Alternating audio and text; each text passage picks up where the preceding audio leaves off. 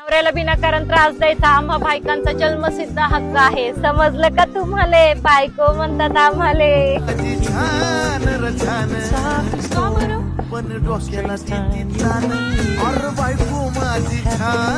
नवरा घरात नसला की जीवाला नुसती गुरूर, आणि एकदा का घरात आला की नुसते भांडणं, किरकिरी आणि नुसतं जाळण धूर. जेव्हा नवरा गोड बोलतो ना तेव्हा असं वाटतं जगात याच्यासारखा दुसरा कोणीच नाही, आणि जेव्हा भांडण होतं ना तेव्हा असं वाटतं याच्यासारखा खडूस कोणीच नाही. जर तुमचा नवरा तुमच्यापेक्षा वयाने मोठा असेल ना तर त्याच्याशी वाद घालू नका, कारण हे म्हातारे कोणाचंच ऐकत नाही.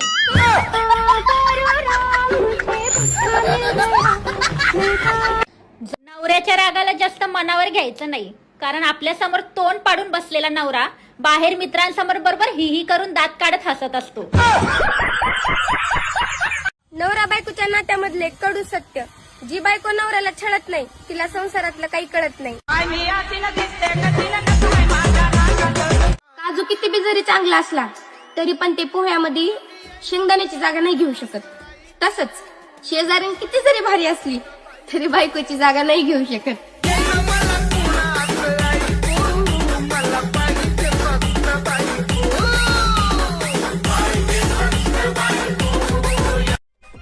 चांगला नवरा हा सगळ्यांनाच मिळतो, पण त्याची पारख फक्त शेजारणीला असते, बायकोला नाही.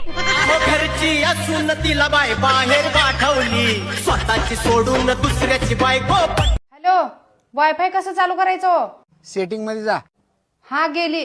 आता वर बघ, काय दिसतंय? पंखा. त्याला लटक आणि जीव दे.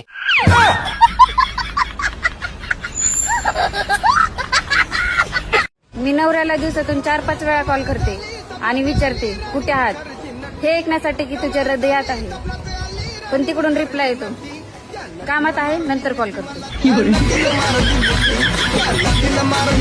गाडी चालवताना जर तुमच्या समोर तुमचा भाऊ आणि तुमचा नवरा आला तर आधी काय माराल? बोला बाई. नवरा. नवरा का माराल? सर, कारण भाऊ म्हणजे माझं रक्ताचं नातं, माझं कन्फर्म नातं आहे, ते मी त्याला नाही मारू शकत.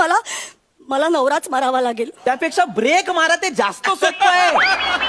अगं बाई, गाडी त्या दिवशी तुम्हाला तुमचीच बायको आवडायला लागेल ना, त्या दिवशी तुम्ही समजून जावा की तुमच्या म्हातारपणाला सुरुवात झाली. पुरुषांना जेव्हा राग येतो ना तेव्हा ते एकांत शोधतात शांतता मिळण्यासाठी, आणि बायकांना जेव्हा राग येतो ना तेव्हा ते नवऱ्याला शोधतात भांडणं करण्यासाठी.